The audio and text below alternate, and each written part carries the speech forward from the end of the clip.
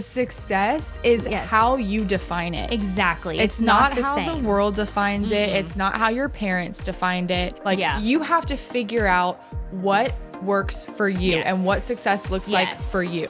We're your hosts, Sahara Embry and Michaela Bedoyan. From working corporate 9-to-5s to running $1 million companies, we're bringing you the inside scoop of what it takes to start and scale your business. We're keeping things real, raw, and unfiltered. This is the Rise and Refine podcast.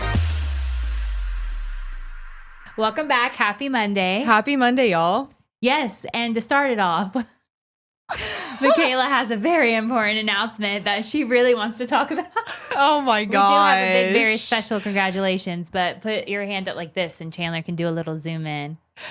I'm engaged, so that's super exciting. So Casey proposed at Navarre Beach. It was a family vacation, and so we got engaged, and now we're in the wedding planning process and went dress shopping, went venue hunting, and it's going so fast. It's going so fast, but we're trying to get married in either March or April of 2026 because we don't want to do summer and we don't want to wait for the fall. That makes sense. So fall is hunting season and football and all that jazz, and I really don't want to wait that long. So we're just kicking it off and trying to get it all done, but that's gonna be so exciting. Yeah, it's super exciting. Did y'all find a venue yet? We have found one that we really like. It's in Thomaston, Georgia. Okay. Not really sure if it's going to be the one, but I absolutely adore it. Yeah. But I'm also like, I see it, I like it, I'm gonna buy it. Yeah. So Casey's more the thought process person.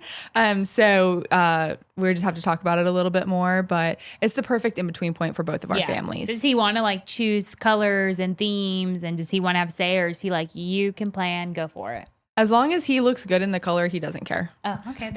So I mean, I already have our theme picked out, and I'll share more about that probably later on once we have some more details finalized. But have the theme picked out, have kind of the decor style that we want. It's gonna be is gonna be pulled from like our house and my parents' house because it's gonna feel very homey, not homemade, but just homey. It's gonna feel very much like Casey and I, and like our families are gonna be very intertwined in every piece of it, and I love that because it's going to feel so intimate. So, that's so cute. Yeah, but that's the very exciting announcement that I wanted to share. Yes, she was so excited to share. I was like, Sarah, we have to do an update. I was like, I feel like you talk about this every day, but she hasn't, I guess, talked about it on the podcast yet. And as you should enjoy it. You should be the bride to be. Yeah, she's getting married.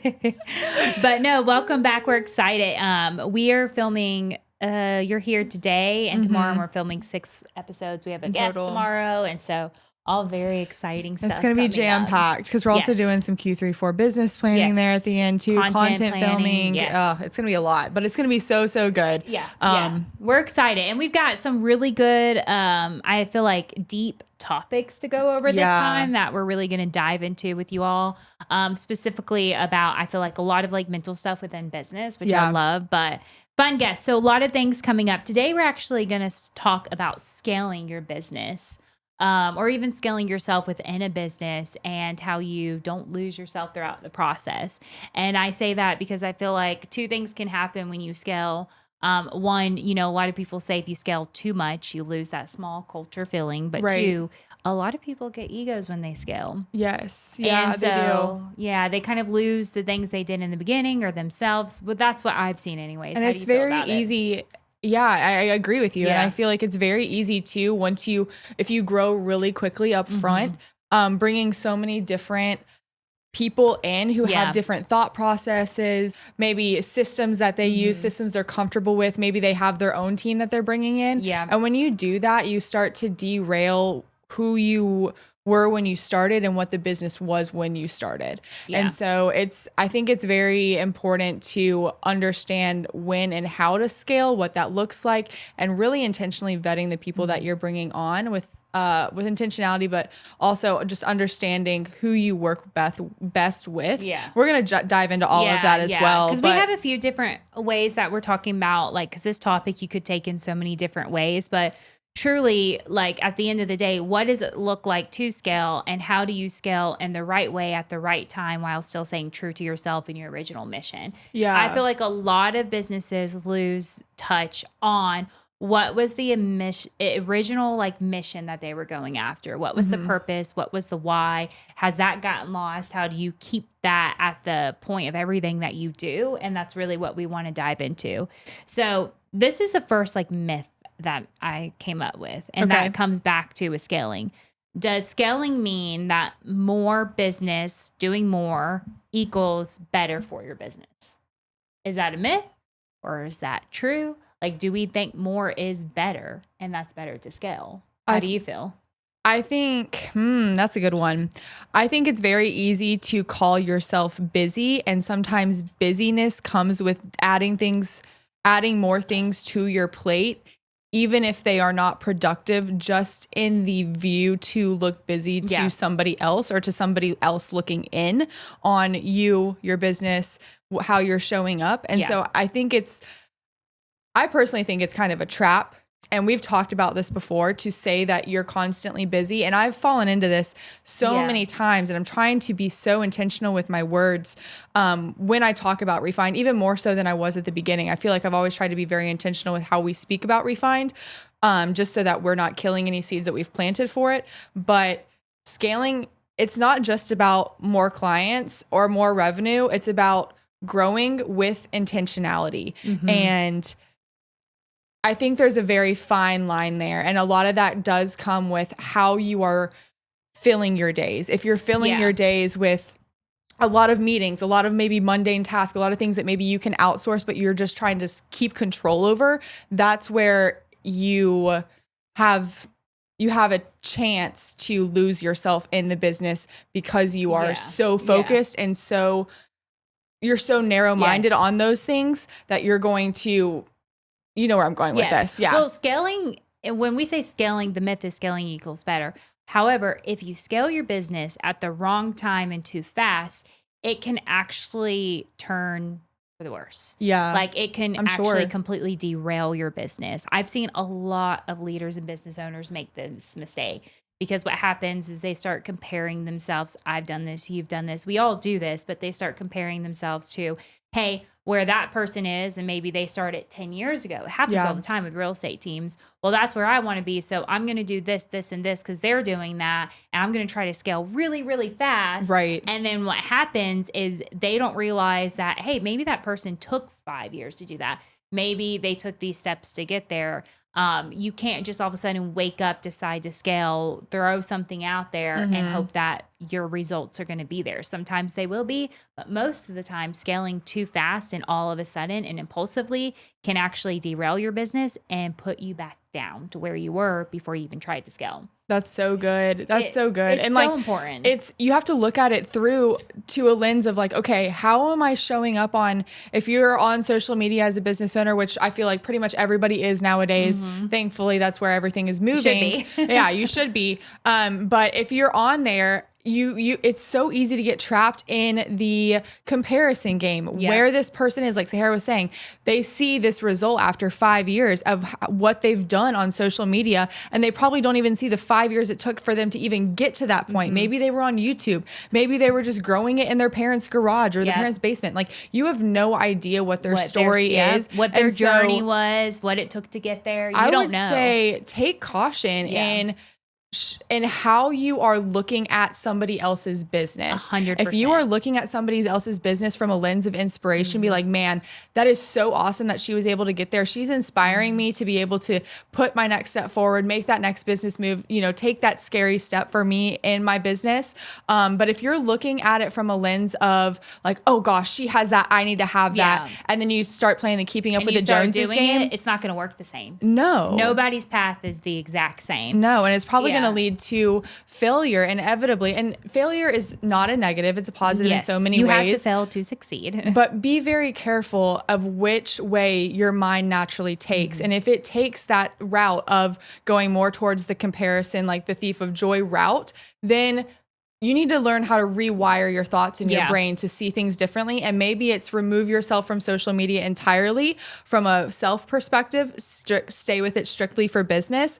And until you kind of get your mind right, then you can reapproach it. And I think this is probably the scariest one when it comes to scaling for people, especially business owners, because we want to scale, we want to grow, we want to do things bigger and better and keep growing our business. That's what every business owner and leader wants. But at the end of the day, doing it at the right time and in the right way and not comparing is very important and taking risks.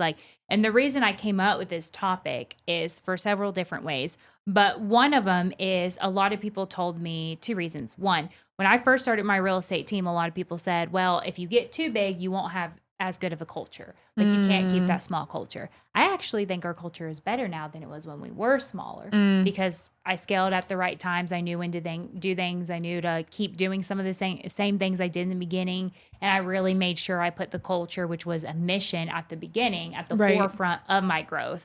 So that's one big reason. But another thing is in the real estate world, we are told, and this is what I can compare it to, in order to scale, you have to add agents to your team. You have to just add. More agents equals more transactions. Well, I didn't want that. I wanted to be a team that scaled without just adding agents to add agents, because then I was scared that if I just added more agents just to add them, that the culture, which was the mission of having a good culture, would all of a sudden go away because now I have so many people. So I was stuck last year. So this year, what I decided to do to scale without losing the culture was to say, okay, I'm going to put a cap at how many agents I have. We're not going to grow. We've only onboarded 6 this year. Last year we did over 20. Holy cow. So that's the difference. Yeah, but that is a lot. We're going to try to double our production with who we already have. And we're on track to do that without adding.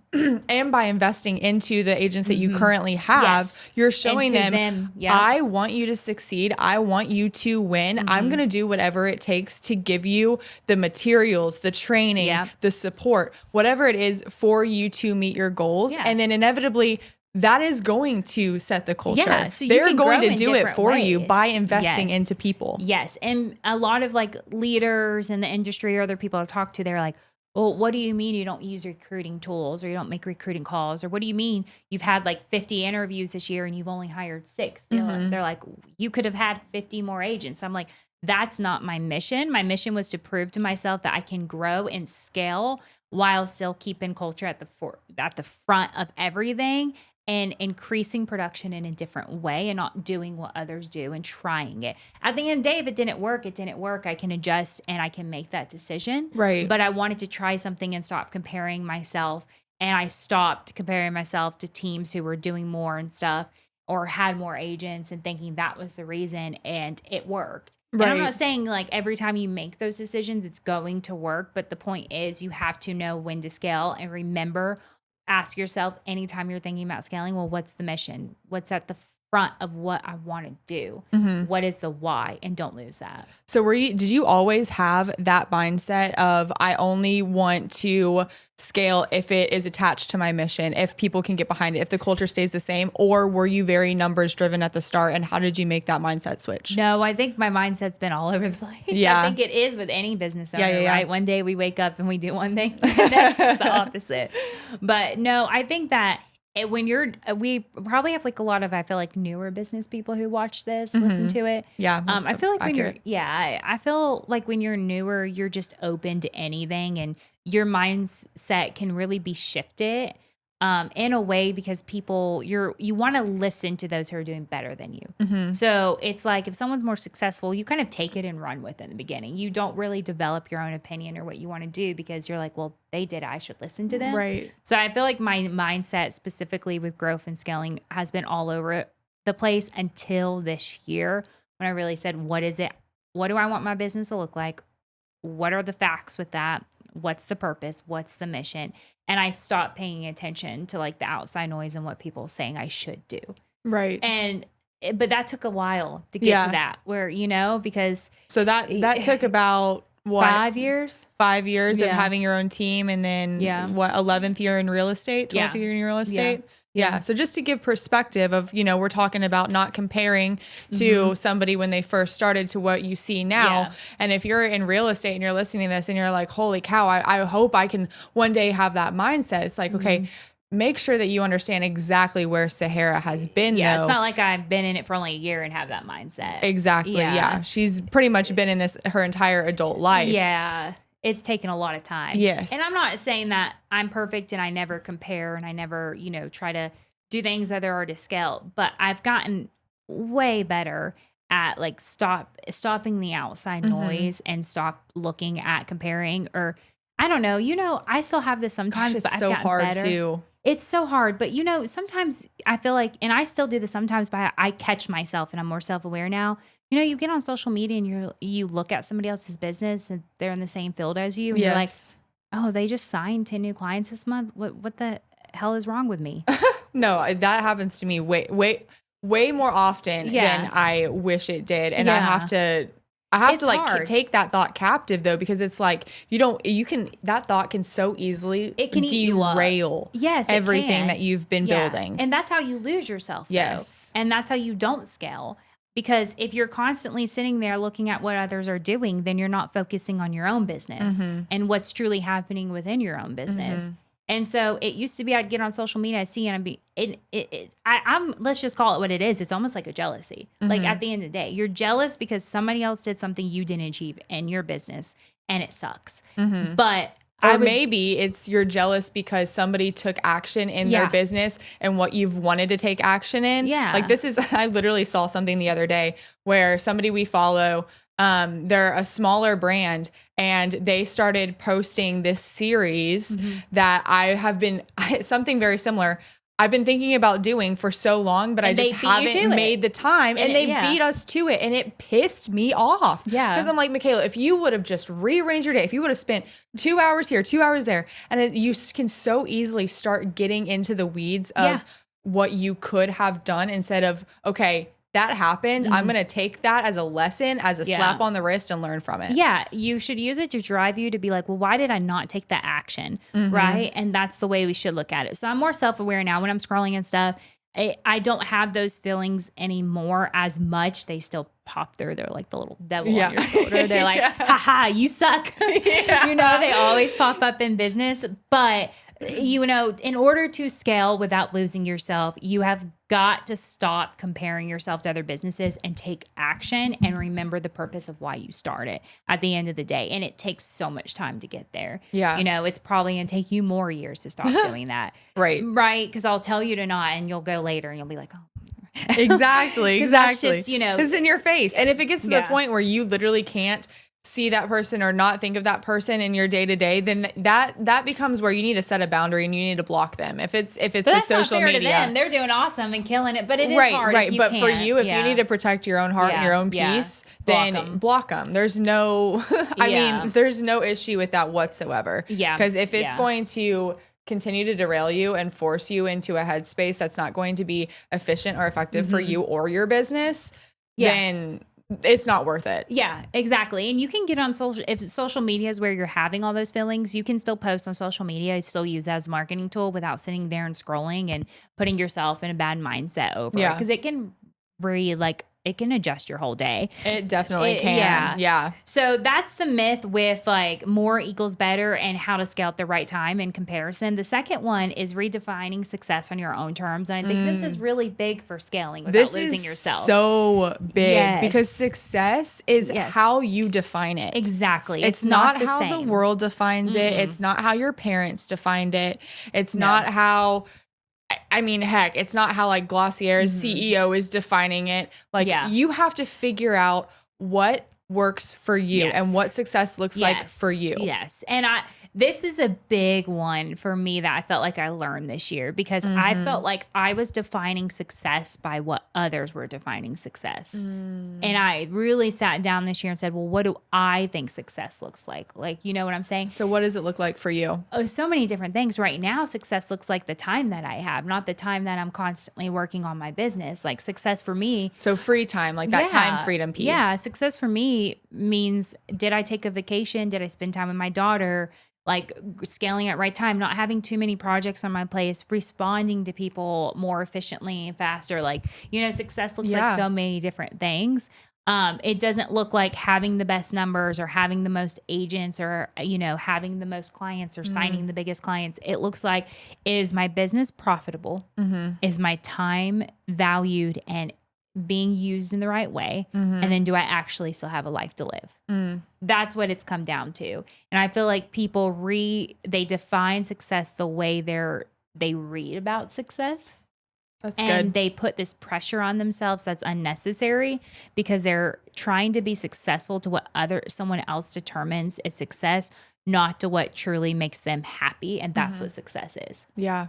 Yeah. Success could mean you don't make money and you're raising 5 little babies at home and you're happy with them every day. Exactly. That could be but great the fact success. that you're able to be at home with them and have that as an option because there's enough income coming in from your significant other to support that, to where you can be at home. And like that is incredible. That is so many women's dream right now, especially with the way that corporate America is at the time. Especially in the field that refined marketing's in, like that genre. Yeah. I feel like so many women getting started in the marketing world, they go follow, I'm not going to say names, they go follow people. Heck, they may follow us and see that we assigned 4 clients this month and they may be like, oh, well, that's what success is. Yeah. And then when they don't hit it because they're newer to the business and they haven't been in it for 3 years, then they feel defeated because they didn't reach success. Right. It's like, well, maybe right now all you need is one. Right. And that's what you should be thinking about. Exactly. Like, break it down. What is your monthly revenue goal? Yeah. And then you work to get the clients to hit that.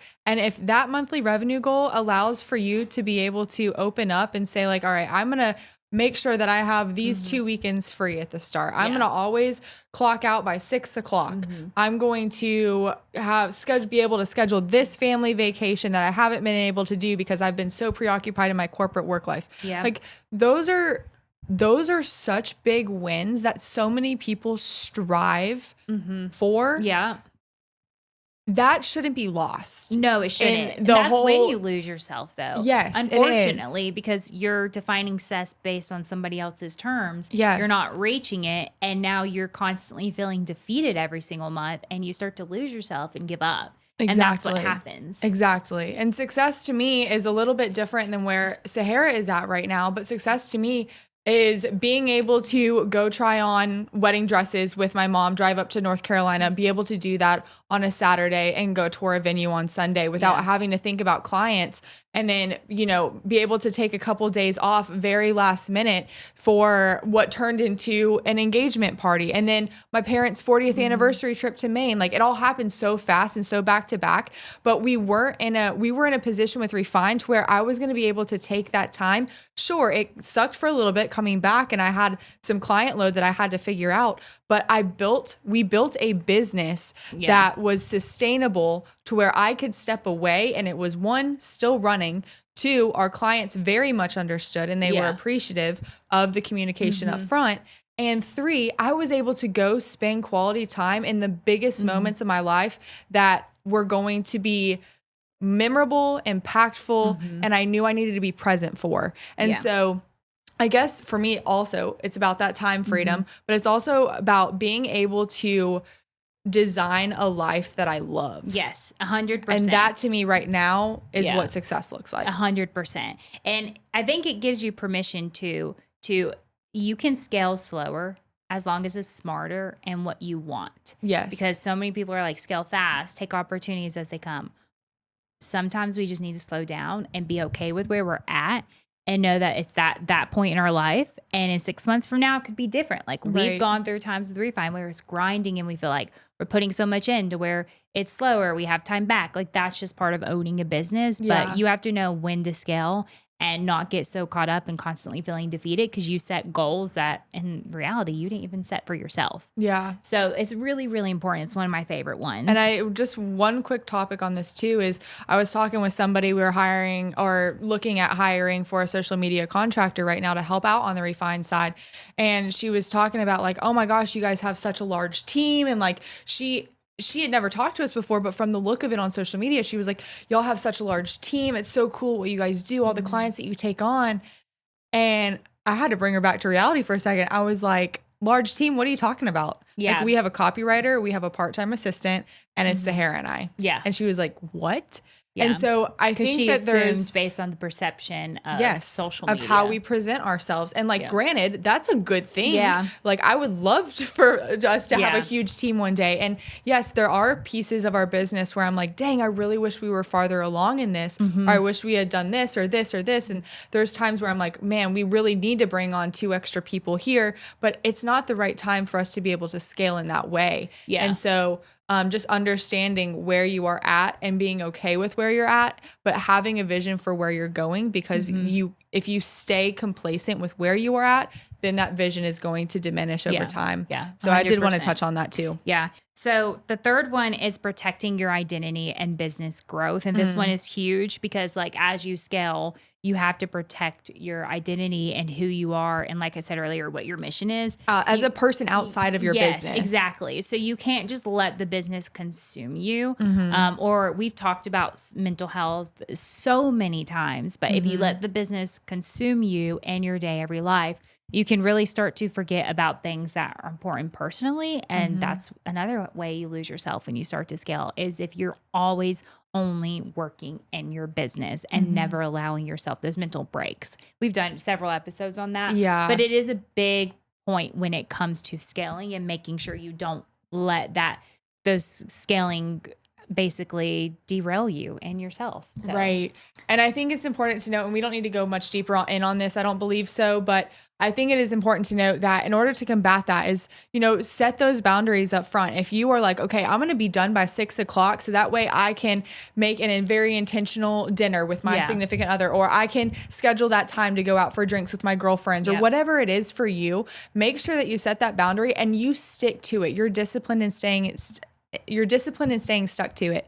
And then the other thing is schedule those off weekends or those little trips throughout the year. Go ahead, put them on your calendar so that you have times to look forward to. So when you are in a hard rut and you're just grinding it out because you have so many client projects, or maybe you're working in on your business and you're trying to launch a product, whatever it might be, you have something to look forward to and you see a light at the end of the tunnel and you don't feel like you're so deep in the mud in your business. Yeah, 100%. I know that helped a ton for me when I was struggling with that at the very beginning of the year. Yeah. But I feel like the last thing that's really important to not lose yourself is the ego check, is what I call it. Yeah. At the end of the day, right? I've seen so many people grow a really big business and we all know what they act like, how they let it get to them, and it's just not okay. But I read this and it says growth can either humble you or inflate you. It depends on how you handle it. And something that's really important to me is I get so busy and caught up in the everyday that I want to make sure that sometimes I remember where I started and what I'm thankful for, and being grateful for where I'm at and who I'm surrounded by and what I have now. Because if I don't remember those things or take the time to remember where I started, then, your humble side can start to go away and the ego can really start to come into play. And that's where you want to be careful, because I've seen a lot of people who grow really big, lose that side, forget where they started, start to not remember the people's names at their company, start to not reach out, do the small things. And that's another way you've scaled great, but you've just lost yourself and now you've had other problems to handle. One way I like to actively combat the ego, though, because it's imminent. Like, you're going to be growing, scaling. People are going to start to recognize you. Yep. People are going to start to flood your DMs with questions, and you think that you're now an industry expert, and you need to learn how to stay humble. And that in and of itself is a skill. And so one thing I really like to do daily is starting my mornings with gratitude. And that's maybe just writing down a couple things, whether it's with Refined, my family, the house over my head, my 2 pups. Maybe it's my morning coffee, something that I saw that I'm just thankful that I crossed paths with, a conversation. Whatever it might be, just writing those things down, and it helps you stay centered for the start of your day so that you can go in with a heart of gratitude, and it's not so much of this foreign concept as you move throughout your day. Yeah, 100%. And that's literally what I wrote, was how to actively vet your ego as you grow, which is 1. 2 of these we talked about: staying connected to the why, the mission in the start; 2, practicing gratitude, right, instead of comparison. And then the third one that we'll end on with the ego check is surrounding yourself with people who challenge you, not just hype you. I tell my team that all the time. Like, while anybody likes compliments, it is important to have people who are going to give you the real honest truth and be honest with you. And that in itself, you're not the end all be all. You need people like that because you should not have all the answers. And it's so important to be surrounded by honest people, not just people who are going to feed your ego, because that makes things worse. Well, and too, at the end of the day, like if you put yourself in a room, the 5 people that you're surrounded by most in your life are the most influential people. Yes. So if you're the smartest person in that room, you need to find a new room, to be quite brutally honest. Yeah. And so you need to start putting yourselves in rooms that are going to stretch you. They're going to challenge you. They're going to force you to grow and get uncomfortable, because if you stay in comfort for too long, you're going to become complacent, and then your ego is going to go wild. And so you have to learn how to seek that uncomfortability, even if it means putting yourself out in an uncomfortable position, growing in a way that you definitely don't want to. And then the last thing I would just say is, make sure that you're also thinking through your legacy. What do you want people to think about you, your business, what you created, your family? What do you want to leave? What kind of touch do you want to leave on this world? With that too, with your legacy, people are not going to remember how many contracts you got. No. What your how many ROI clients was. you worked with. No, they're going to remember your follower count. Yeah. They're not going to remember, oh, she had this many followers. No. What they're going to remember is the impact you made, the mission of your business and what you grew it to, how you treated people, which is why the ego check is so important. Yes. That's what they're going to remember. So that's why tracking ROI, doing these things in business, they're important. But at the end of the day, what are people going to remember about the impact you made with them? Yeah. So we hope that you enjoyed this episode. If you did, please like and subscribe. You can listen to us on Apple or Spotify podcasts, or you can watch us here on YouTube. You can find us at Rise and Refine Podcast on Instagram and TikTok. And if you want to check out the brand and web design side of our business, you can see us over at @refinemarketing_. And I want to add one more thing too. You can always DM us questions or comments. Like if you want us to answer anything as we do these episodes about your business, about anything, we would love to dive deep into what you guys are struggling with in your business right now. Ask us anything about growth with the business, whatever you want to know. You can DM us at Rise and Refine Podcast. Or make a comment on these episodes, and we'll get those answered in our upcoming episodes. Yes, most definitely. But we hope that you guys have a great week, and happy Monday. See you next Monday.